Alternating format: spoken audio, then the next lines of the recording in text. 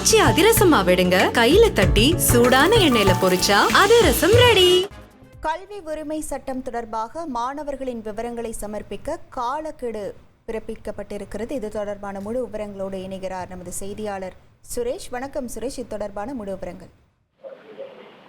வணக்கம். கல்வி உரிமை சட்டத்தின்படி தனியார் பள்ளிகள் 25% இடங்களை ஏழை மாணவர்களை கொண்டு நிரப்ப வேண்டும்.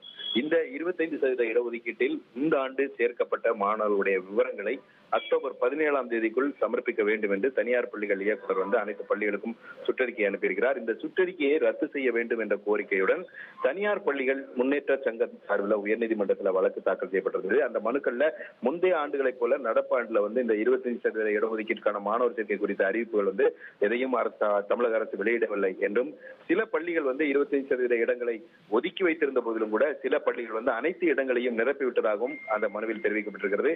மாணவர் சேர்க்கை முடிந்து இரண்டாம் பருவம் துவங்கி இருக்கக்கூடிய சூழல்ல தமிழக அரசு இந்த சுற்றறிக்கையை பிறப்பித்துள்ளதாகவும் மனுவில் தெரிவிக்கப்பட்டிருக்கிறது.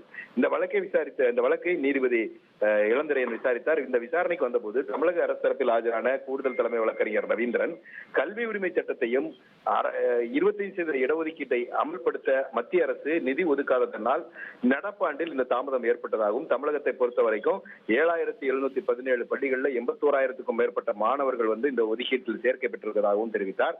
இந்த மாணவர்களுக்கான கல்வி கட்டணத்தை திரும்பி வழங்கும் வகையில் மட்டுமே அந்த மாணவர்களுடைய பட்டியல் கோரப்பட்டிருப்பதாக விளக்கம் அளித்தார்.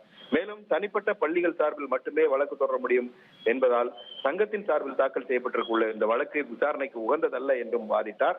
கல்வி கட்டணத்தை திருப்பி வழங்கும் வகையில் மட்டுமே இந்த சுற்றறிக்கை பிறப்பிக்கப்பட்டுள்ளதாக சுட்டிக்காட்டிய நீதிபதி, மாணவர்களுடைய விவரங்களை சமர்ப்பிப்பதற்கான அந்த கால அவகாசத்தை அக்டோபர் 17ஆம் தேதியிலிருந்து அக்டோபர் 31ஆம் தேதி வரைக்கும் நீட்டித்து உத்தரவிட்டிருக்கிறார். அதே சமயம் புதிதாக எந்த மாணவர் சேர்க்கையும் மேற்கொள்ளக்கூடாது என்றும் நீதிபதி உத்தரவிட்டிருக்கிறார். உங்கள் விவரங்களுக்கு நன்றி சுரேஷ். ஆச்சி அதிரசமா விடுங்க, கையில தட்டி சூடான எண்ணெயில பொரிச்சா அதிரசம் ரெடி.